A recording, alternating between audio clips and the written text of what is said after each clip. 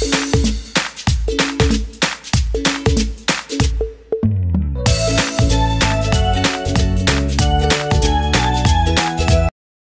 to my channel. My name is Judy Tan.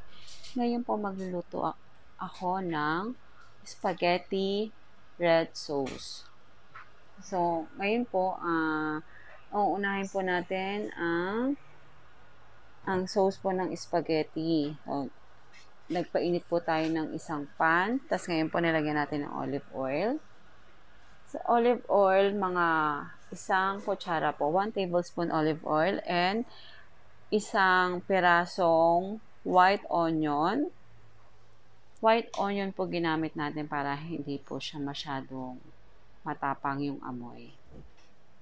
Yan po, medyo i-brown lang po natin at i-caramelize lang po natin yung onion para lumabas yung kanyang pagkaka-juicy. Huwag po natin siyang masyadong susunugin dahil mawala pa yung juiciness no white onion natin ng onion. Ayan po. Then, next po natin ang garlic. So, dati po nung bata ako, nakakita ko po sa tita ko lagi inuuna ang garlic. So, yun kasi, tapos ngayon kung natutunan mo na, medyo nakapag-aral ka na ng pagluluto, so, sa akin pag-aaral mas nasusunog pala na uuna ang garlic. Kaya, hinuhuli ko na siyang nilalagay. Yan, ganun lang din po, medyo paamuyin lang natin ang garlic. Hindi po natin siya pababrownin. Not like white onion.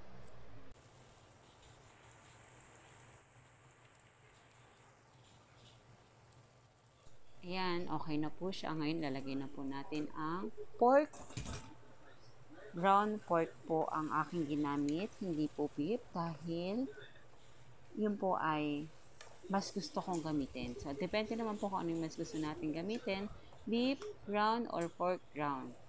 So, yan po, pinapagiling ko po yan. 1 kilong kasim po ang pinapagiling ko. Pag ako po ay gumagamit ng pork ground, so, bumibili po ako ng 1 kilong pork kasim. So, pinapa-remove ko ang skin nung pork. So, bago ko po siya ipagiling. So, yun po yung aking tip. Hindi po ako bumibili ng giling na ground ng pork. So, talagang nagpapagiling ako.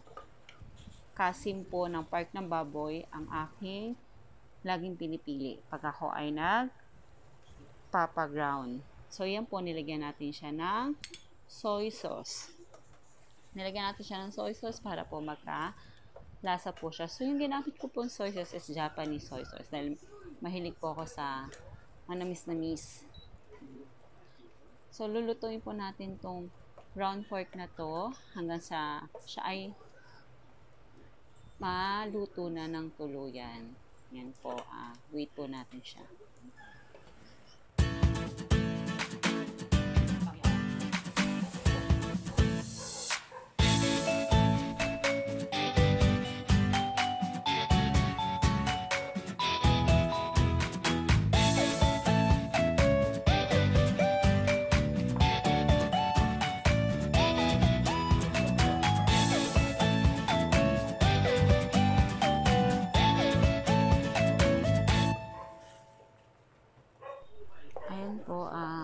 Ginagawa ko po siya, hinahalo ko po.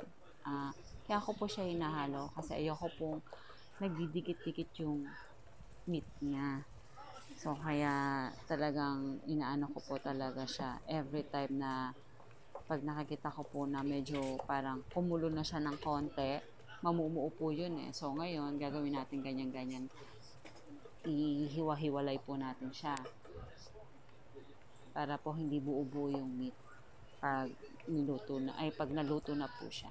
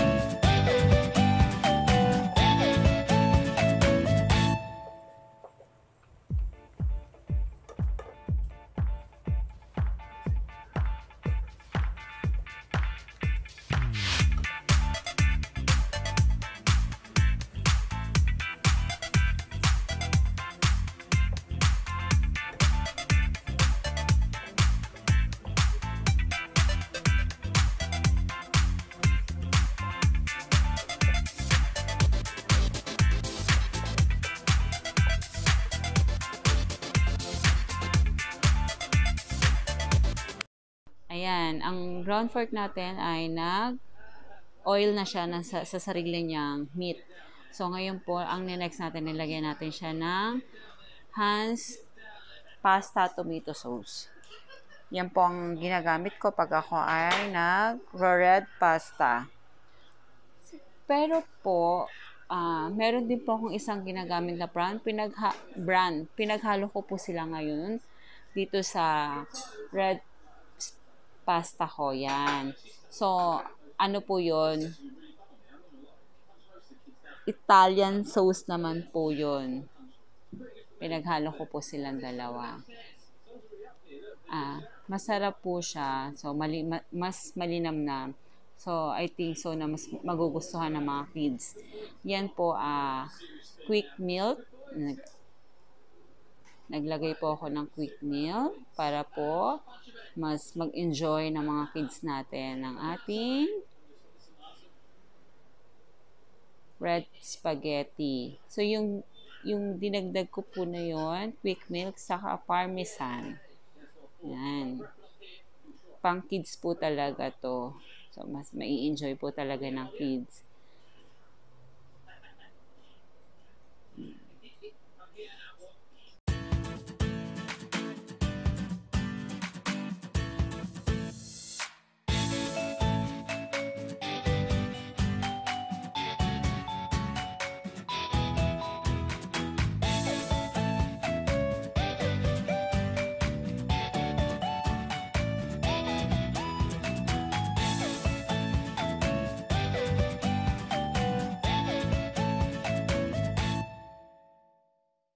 Ayan po, hanggang sa matunaw lang ang quick milk at ang parmesan para po mas maging kumapit sa meat ang quick milk at ang parmesan. So, halu-huluin natin. Tapos, ang last po natin is ang black ground pepper and salt. So, yung salt po, depende sa atin kung gaano kadami. Ang ground pepper naman po is 1 teaspoon. Hanggang sa ma-absorb na po niya ang ating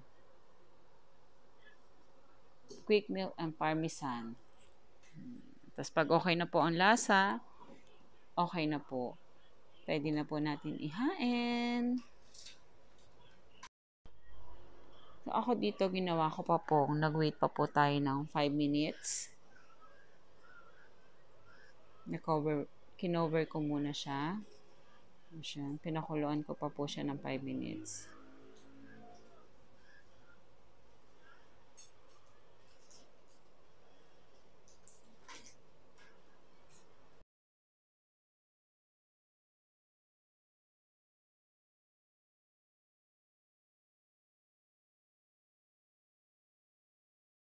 Ayan, okay na po siya. Titikman na po natin.